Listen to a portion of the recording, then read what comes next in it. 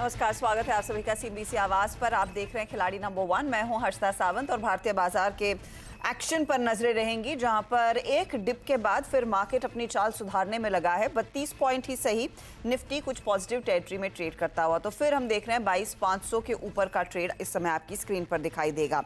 Nifty bank, जहां पर कल हालात तो कुछ नाजुक दिखाई दे रहे थे, वो स्थिति अभी भी कायम है। करीब करीब 300 अंकों के नुकसान पर निफ्टी बैंक ट्रेड करता हुआ। तो 47,750 के आसपास तक का लेवल इस समय। हालांकि आज सुबह में हमने 47,700 को टेस्ट होते हुए भी देखा है। मिड कैप्स की चाल अब भापते हैं, वहां पर सिचुएशन थोड़ी सी नियंत्रण में है, लेकिन इतनी बड़ी तेजी नहीं है। सिर्फ 48 अंकों का ही इजाफा देखने को मिला है। सेक्टोरली सिचुएशन कैसे उभर कर आ रही है उसका एक अंदाजा लगेगा जब आप देखेंगे एडवांसेस वर्सेस डिक्लाइन की सिचुएशन एंड साथ ही साथ निफ्टी के कंट्रीब्यूटर्स। तो इस समय आप ध्यान दीजिएगा कि ब्रॉडर मार्केट में थोड़ी सी रस्साकशी चल रही है तेजी और मंदी वाले ट्रेड्स के बीच में। इसीलिए बढ़ने वाले शेयर बायोविस्क बहुत हल्के से गिरने वाले शेयरों के सामने ऊपर है। कहां पर एक्शन देखने को मिला है वो आपकी स्क्रीन पर आ जाएगा। रिलायंस का आज योगदान अच्छा है, इसके साथ ही एचयूएल और आईटीसी, और याद रखिएगा आईटीसी के नंबर से पहले थोड़ी सी हरकत आती हुई। इन्फोसिस में भी आज कुछ तेजी, लेकिन बैंकों की भागीदारी इस मार्केट में नहीं है।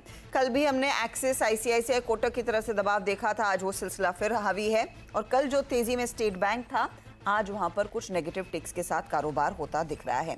यह है मार्केट की अब तक की स्थिति। फटाफट से हमारे जानकारों के रिटर्न्स अब आपकी स्क्रीन पर लेकर आएंगे। 3 मेहमान जो हमारे साथ हर रोज जुड़ेंगे इस हफ्ते, उनके बीच का मुकाबला। रूपक और समित के बीच अच्छा कंपटीशन। इनफैक्ट समित लीडरशिप पोजीशन में 8%, 8.25% के रिटर्न्स इनके बनते हुए दिखाई दिए हैं और रूपक 6.5% के रिटर्न्स कमा चुके हैं। वीरल थोड़े पीछे हैं। फटाफट से टॉप कॉल्स आपकी स्क्रीन पर लेकर आएंगे और फिर बात करेंगे कि आज की रणनीति हमारे जानकार क्या अपना रहे हैं, किन ट्रेड्स पर इनका फोकस रहने वाला है।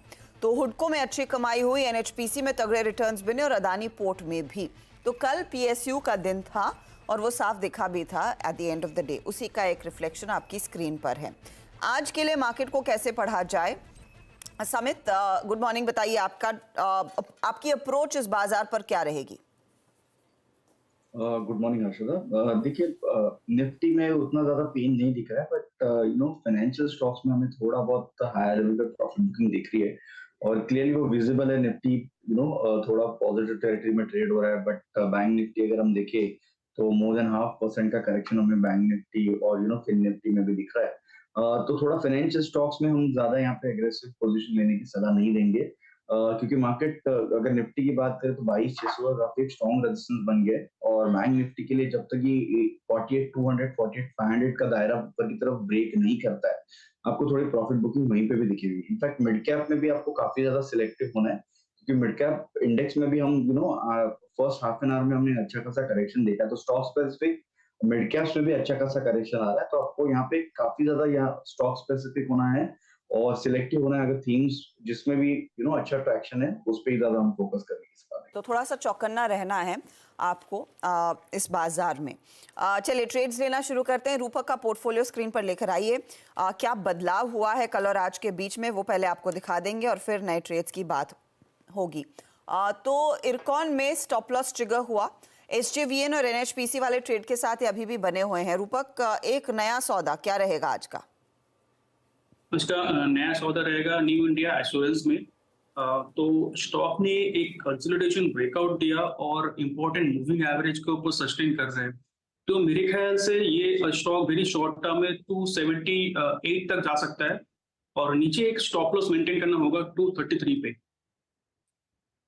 33 का स्टॉप लॉस लगाकर तेजी वाला ट्रेड न्यू इंडिया एश्योरेंस। वैसे पूरे इंश्योरेंस पैक में आज हमने कुछ एक पुल बैक देखा है, तेजी की पोजीशंस बन रही हैं, इसीलिए सौदा 278 का और 233 पर स्टॉप लॉस लगाइएगा। वीरल का पोर्टफोलियो स्क्रीन पर लेकर आते हैं। वीरल के केस में ऑफकोर्स हमने देखा अदानी पोर्ट एक आउट परफॉर्मर था, लेकिन आज किन स्टॉक्स का साथ ये लेंगे?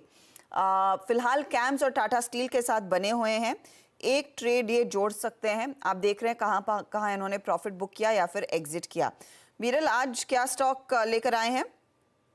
मैं आज एस्ट्रल लिमिटेड बाय करना चाहूंगा। देखिए ऊपर से हमें काफी सारी गिरावट देखने मिली है और लास्ट एक दिन से हमें देख रहे हैं कि 1-2 दिन से कॉन्सोलेट अच्छा खासा हो रहा है, आज वॉल्यूम भी अच्छा हो रहा है।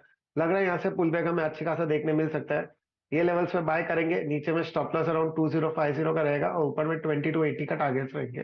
ओके, तो 20 to 80 एक पुल बैक ट्रेड आज दिख रहा है। नंबर्स के बाद धुलाई हुई है काउंटर की, अच्छा करेक्ट हुआ है और आज इस पुल बैक में 2280 के ट्रेड्स देखने को मिलेंगे। चलिए अब लौटते हैं समित के पास। समित ने इंडियन बैंक, एपीएल अपोलो के ट्रेड्स को होल्ड किया है। एनबीसीसी में आज इन्होंने एग्जिट किया और हुडको में कल के कल टारगेट्स अचीव हुए। समित बताइए आज का नया ट्रेड। ये सर था एनबीसीसी 2.5% इनफैक्ट ऊपर ओपन हुआ था, बट कुछ रीजन की वजह से हम उसको एग्जिट नहीं कर पाए, बट बाद में जाके हमें नीचे उसको एग्जिट करना पड़ा। अभी यहाँ पे जो स्टॉक हम सिलेक्ट कर रहे हैं वो आईआरबी इंफ्रास्ट्रक्चर है। ये स्टॉक रिसेंटली अगर आप 6-7 महीनों की प्राइस एक्शन देखिए तो स्टॉक ऑलमोस्ट डबल हो चुका है और रिसेंटली जो 1.5-2 महीनों का इसने price wise as well time wise correction दिखाया था, वो अभी कहीं ना कहीं कंप्लीट करने के इसके आसार दिख रहे हैं हमें। और आज जो स्टॉक सुबह से एक्शन है, वॉल्यूम एक्टिविटी अगर हम देखें तो औसत जो उसके वॉल्यूम्स, डेली वॉल्यूम्स रहते हैं, उसके ट्वाइस और थ्राइस वॉल्यूम उसने ऑलरेडी यहाँ पे रजिस्टर कर चुका है। तो यहाँ से हमें लगता है कि जिस इंटेंसिटी का ब्रेकआउट यहाँ पे आईआरबी में कंफर्म हुआ है, ये एक पोजिशनल पर्सपेक्टिव से आपके देखना है, ना कि 2-3 दिनों के व्यू से। तो इसलिए हमारे स्टॉप लॉस टारगेट थोड़े यहाँ पे एग्रेसिव होंगे। 68 रुपीज का यहाँ पे स्टॉप लॉस, थोड़ा बड़ा स्टॉप लॉस होगा, बट इसमें पोटेंशियल टारगेट है लगभग 82 से लेके 85 तक ये स्टॉक जा सकते हो। तो 82 के टारगेट के लिए हम आईआरबी इंफ्रा करंट लेवल पर बाय करने की सलाह दें। तो 82 के लिए एक अपॉर्चुनिटी आईआरबी इंफ्रा में, ये भी एक तेजी वाला ट्रेड है। 68 का आप स्टॉप लॉस लगाएंगे। ये 3 ट्रेड्स आ गए हैं। कोई भी आगे बदलाव होगा तो उसकी इन्फॉर्मेशन हम शेयर करेंगे, लेकिन अब फोकस करते हैं एक आईपीओ की। स्टार्टअप्स, एसएमईज और रिटेल कस्टमर्स को वर्क स्पेस सोल्यूशंस देने वाली कंपनी, नाम आपने सुना होगा ऑफिस स्पेस सॉल्यूशंस इसका ऑफिशियल नाम है। इसे हम सब ऑफिस के नाम से जानते हैं। आज से आईपीओ खुल चुका है। करीब 600 करोड़ कंपनी जुटा रही है। इशू का प्राइस बैंड मैं आपको बता दूं 364 से 383 रुपए के बीच इन्होंने रखा है। अब कंपनी बेसिकली आपको 2 मॉडल्स में, एक स्ट्रेट लीज और साथ ही साथ मैनेजमेंट एग्रीगेशन के जरिए ऑफिस स्पेस मुहैया कराती है। ज्यादा डिटेल्स के लिए कंपनी के चेयरमैन और मैनेजिंग डायरेक्टर और फाउंडर अमित रमानी हमारे साथ है। अमित, स्वागत है आपका और कांग्रेचुलेशंस ऑन द आईपीओ, क्योंकि मुझे याद है 2015 में आपने अपनी पारी की शुरुआत की थी बतौर एंटरप्रेन्योर और फिर हमने आप लोगों से बात की थी 3 साल इनटू द बिजनेस इन 2018। तो इस स्टोरी को हमने काफी ट्रैक किया है। ये बताइए, आईपीओ क्या आपको फंड्स चाहिए थे इसीलिए आ रहा है या फिर प्राइमरीली आपके निवेशकों को आप एग्जिट दे रहे हैं? अर्षदा, देखिए आईपीओ के 2 भाग हैं। एक फ्रेश इशू है 128 करोड़ का, उसमें 42 करोड़ जो हैं हमने कैपेक्स जो हम सेंटर बनाते हैं उसके लिए किए हैं और अबाउट सिमिलर अमाउंट हमने वर्किंग कैपिटल के लिए किया है, और जो है बाकी जनरल कॉर्पोरेट एक्सपेंस है। दूसरी तरफ अबाउट 470 करोड़ जो हैं वो is the offer for sale, और उसमें 2 हैं। एक पीक 15 अर्सवाइल सिकोया जो अबाउट 11% या 66 लाख शेयर्स, और क्रिस कैपिटल, लिंक एंड बिस्क उनकी कंपनियां हैं, अबाउट 55 लाख शेयर और रफली अबाउट 8.5% उनकी शेयर होल्डिंग। तो ये टोटल है। तो पार्टली हमारे को एक्सपेंशन के लिए कैपिटल चाहिए था, पार्टली हमारे वीसीज और PEs which have been there almost 6 से 7 साल से हैं वो वहाँ पे, तो उनको एग्जिट देने के लिए था जी। तो क्या पूरी तरह से कोई एग्जिट करेगा या फिर कुछ हिस्सा रखेगा? नहीं, आधा शेयर होल्डिंग उनका रहेगा। 23% था प्री आईपीओ, अभी 11% बेचने के बाद आधी शेयर होल्डिंग फिर भी रखेंगे। ओके, और क्रिस कैप भी उनके पास अबाउट 23% थी, तो उनमें से 8.5% बेच रहे हैं, तो ब्रॉडली अबाउट उनके पास भी अबाउट 14-15% रहेगी। तो बेसिकली मैं इसीलिए पूछ रही हूँ कि आगे जाकर पोस्ट आईपीओ उनकी तरफ से बिकवाली आ सकती है। वो तो ज़रूर आ सकती है, कोई भी फ्री है शेयर बेचने के लिए, लेकिन पीक 15 प्रमोटर भी बना है हमारे साथ, तो 3.5% उनका शेयर होल्डिंग वो लॉक्ड है। तो बहुत ज़्यादा फ्लोट आने का चांस नहीं है, मेरा मानना है। बाकी हार्ड टू प्रेडिक्ट फ्यूचर में क्या होता है। क्या आप खुद कुछ स्टेक बेचेंगे? नहीं, मैं कुछ नहीं बेचूंगा। मैं अगले 18 महीने के लिए लॉक्ड हूँ। फ्रेश इशू के करके मेरा 18% का 17% हो जाएगा रफली, बट मैं एक भी शेयर नहीं बेच रहा। ओके, तो जो आपके डीआरएचपी में लिखा है प्रमोटर बेचेंगे वो प्राइमरीली सिकोया की तरफ से, यानी कि पीक 15 की तरफ से है। Fair enough. अब मैं आपसे ये समझना चाहूंगी, इस फ्रेश इशू में आप कितने नए सेंटर्स खोलने वाले हैं? क्योंकि आपका इस समय जो फुटप्रिंट है वो करीब करीब 16 शहरों में है। हाँ जी। इसे आप कितना बढ़ाना चाहते हैं? सो हर्षिता, आज हमारे पास 159 सेंटर हैं। हमारा 16 सिटीज़ में प्रेजेंस है, 52 माइक्रो मार्केट्स में प्रेजेंस है, 1,05,000 सीटें हैं जी। सो जो फ्रेश इशू हम रेज कर रहे हैं उससे हमने 12 सेंटर बनाने का प्लान बनाया है। टोटल सेंटर जो हम इस साल बनाएंगे वो 45 हैं। ओके। एंड 12 सेंटर में से आपको मैं ज़रा मॉडल समझा दूं। सो आपने मैनेज्ड एग्रीगेशन बोला, जहां हम लैंडलॉर्ड के साथ पार्टनर करते हैं और उसका जो पोर्टफोलियो है वो 66% है हमारा आज। 34% जो है वो स्ट्रेट लीज है। तो 8 सेंटर जो हैं हम मैनेज्ड एग्रीगेशन में बनाएंगे इस कैपिटल से, और 4 सेंटर जो हैं वो स्ट्रेट लीज में। क्योंकि हमारे लैंडलॉर्ड हमारे पार्टनर्स हैं, तो हमारा जो कैपिटल का रिक्वायरमेंट है वो ऑलमोस्ट आधा है जो इंडस्ट्री का टिपिकल रिक्वायरमेंट होता है। इसके करके ये कैपिटल हमारा बहुत ही एफिशिएंटली डिप्लॉय होएगा। ज्यादा आपके लिए एफिशिएंट क्या है वो मैनेज्ड एग्रीगेशन फिर उस लिहाज से? एब्सोल्युटली। उस मॉडल में 50 से 90% का जो कैपिटल है वो लैंडलॉर्ड हमारा पार्टनर इन्वेस्ट करते हैं। उसके बाद हम उनसे एक मिनिमम गारंटी फ्री पीरियड मांगते हैं। उसके बाद हम उनसे प्रॉफिट शेयर करते हैं या मिनिमम गारंटी देते हैं, जो भी उनको ज़्यादा बड़ा मिलेगा। ओके। ये जो आपने कहा 1 लाख सीट्स हैं, इसमें ऑक्यूपेंसी फिर आप लोग मैप करते होंगे at this point in time, आपकी फिर ऑक्यूपेंसी क्या रहेगी? सारी बुकड आउट है? सो हर्षिता, सारी तो बुकड आउट नहीं हो सकती। हमारे सेंटर जो हैं वो 1 महीना पुराने भी हैं और जब से इंसेप्शन हुई है तब के भी हैं। तो आज अगर आप मेरी ब्लेंडेड ऑक्यूपेंसी देखेंगे तो 71% है। ओके। राइट। और अगर मेरे जो सेंटर 12 महीने से ज़्यादा चल रहे हैं उस पे 83% है। ओके। तो बहुत ही स्टेबल स्टेट है 83% ऑक्यूपेंसी हमारे पोर्टफोलियो के लिए। और रफली आपके कस्टमर्स, जब आप लोगों की शुरुआत हुई थी, वो स्टार्टअप्स थे जिनके पास पैसे नहीं होते थे खुद की ऑफिस स्पेस के लिए, तो क्या उस कस्टमर कैटेगराइजेशन में कुछ बदलाव देखने को मिला, स्पेशली पोस्ट कोविड? क्योंकि मुझे याद है आपने कोविड के दौर पर भी काफ़ी ज़्यादा इन होम, वर्क फ्रॉम होम के लिए काफ़ी कुछ इनोवेशन किया था। So how is life post Covid? कितनी डिमांड बढ़ी है?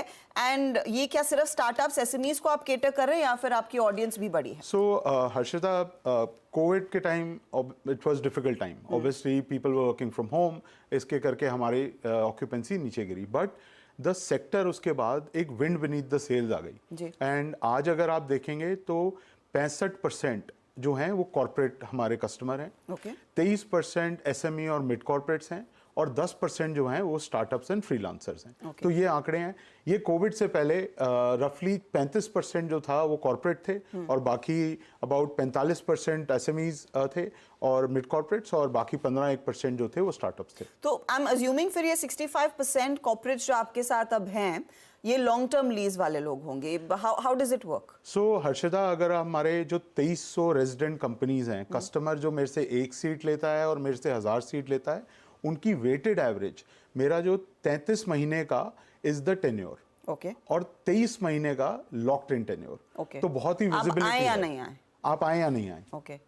तो फिर इसमें रफली फिर प्राइसिंग आप लोगों की कैसी होती है कंपेयर? क्योंकि ये बहुत कॉम्पिटिटिव स्पेस है Amit, and you know that better than me, क्योंकि आप लो परेल में ही जाइए, कितने सारे कोवर्किंग स्पेसेस खुल गए हैं and they are all booked out. So how do you price yourself to stay ahead?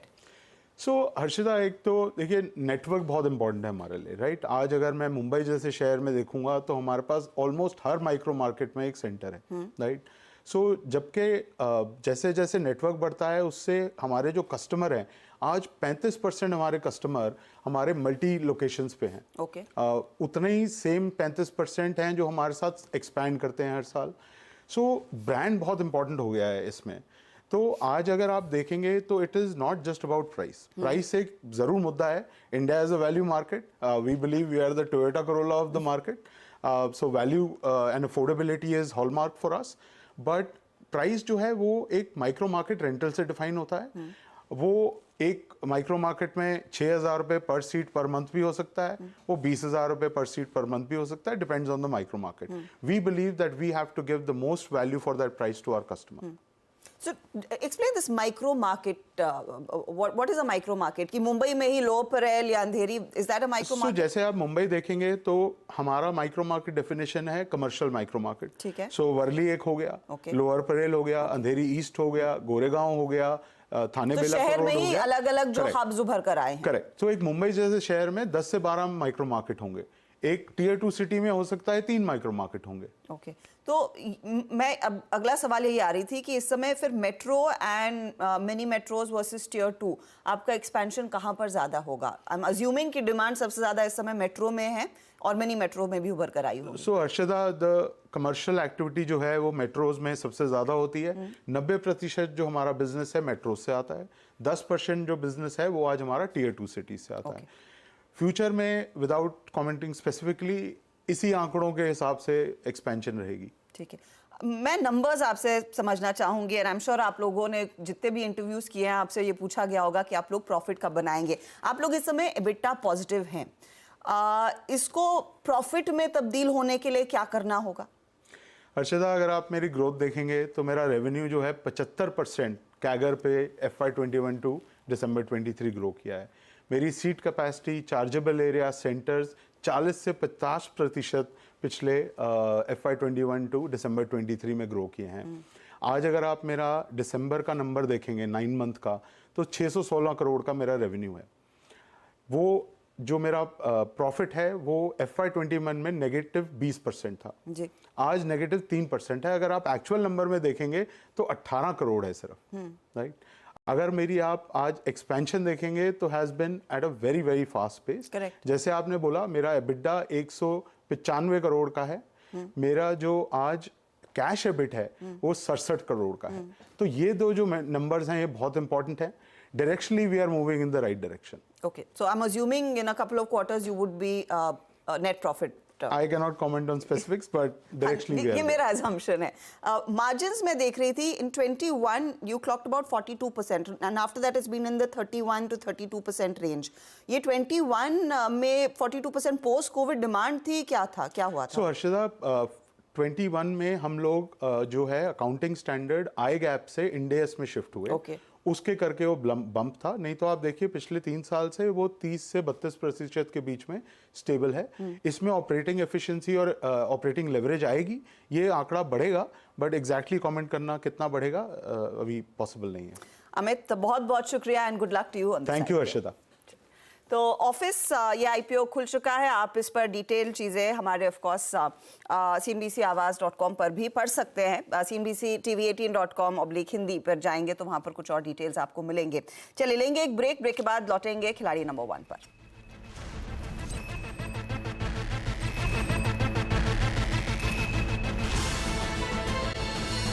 आप देख रहे हैं खिलाड़ी नंबर 1। आज हमारे जानकारों ने एक ट्रेड जोड़ा है, तो वहाँ पर किस तरह के रिटर्न्स बन रहे हैं वो आपकी स्क्रीन पर लेकर आते हैं। शुरुआत करते हैं हमारे पहले पोर्टफोलियो से। समित ने इनफैक्ट 2 ट्रेड्स होल्ड किए, एक नया जोड़ा। जो नया आया है वो IRB इंफ्रा 82 का टारगेट, 68 का स्टॉप लॉस। इंडियन बैंक 615 का टारगेट, 556 का स्टॉप लॉस। और APL अपोलो ट्यूब्स भी इन्होंने कैरी किया, 1822 का टारगेट इन्होंने यहाँ रखा है। APL अपोलो 0.5% जोड़कर दे रहा है। इंडियन बैंक, ड्रैगर और IRB इंफ्रा भी कुछ करेक्शन ही दिखा रहा है इनके कहने के बाद। अब आते हैं अगले पोर्टफोलियो पर। रूपक ने न्यू इंडिया एश्योरेंस जोड़ा, 278 का target, 233 stop loss. NHPC carry किया, 117 का टारगेट, 93 स्टॉप लॉस। और SJVN के साथ बने हुए हैं, 156 का टारगेट यहाँ पर इन्होंने रखा था। रिटर्न्स के लिहाज से HDAVN आज 2% ऊपर, NHPC 3.5% से ज़्यादा ऊपर और न्यू इंडिया एश्योरेंस भी 1.5% तक की कमाई करके दे रहा है। अब आते हैं वीरल के पोर्टफोलियो पर। तो एक इन्होंने नया ट्रेड जोड़ा, astral 2280 target, 2050 stop loss. Camps carry किया है 3750 के टारगेट के लिए एंड टाटा स्टील भी कैरी किया 195 के टारगेट के लिए। अब रिटर्न्स की सिचुएशन आपके सामने इनकी है। टाटा स्टील हल्का ऊपर, कैम्स 2% की कमाई करके दे रहा है, एस्ट्रल थोड़ा सा ड्रैग कर रहा है। तो ओवरऑल स्थिति कैसी बन रही है, टैली क्या कहती है वो आपकी स्क्रीन पर आता हुआ। अब जोड़ तोड़ के समित अभी भी आगे चल रहे, 3.49% के रिटर्न्स इनके, 3.38% के रिटर्न्स के साथ रूपक दूसरे स्थान पर है और वीरल करीब 0.5% तक के रिटर्न्स एंजॉय करते हुए। ये है आपके लिए ताज़ा तस्वीर। चलिए लेंगे एक ब्रेक। गुड लक जेंटलमैन, कोई भी बदलाव होगा तो उसकी जानकारी प्लीज़ दीजिएगा। 1 बजे एक रिकैप लेकर आएंगे, एक चेक लेंगे मिड कैप मंत्र में इस पोर्टफोलियो पर भी। ब्रेक का वक्त हो रहा है, ब्रेक के बाद पूरा ध्यान कमोडिटी मार्केट के एक्शन पर।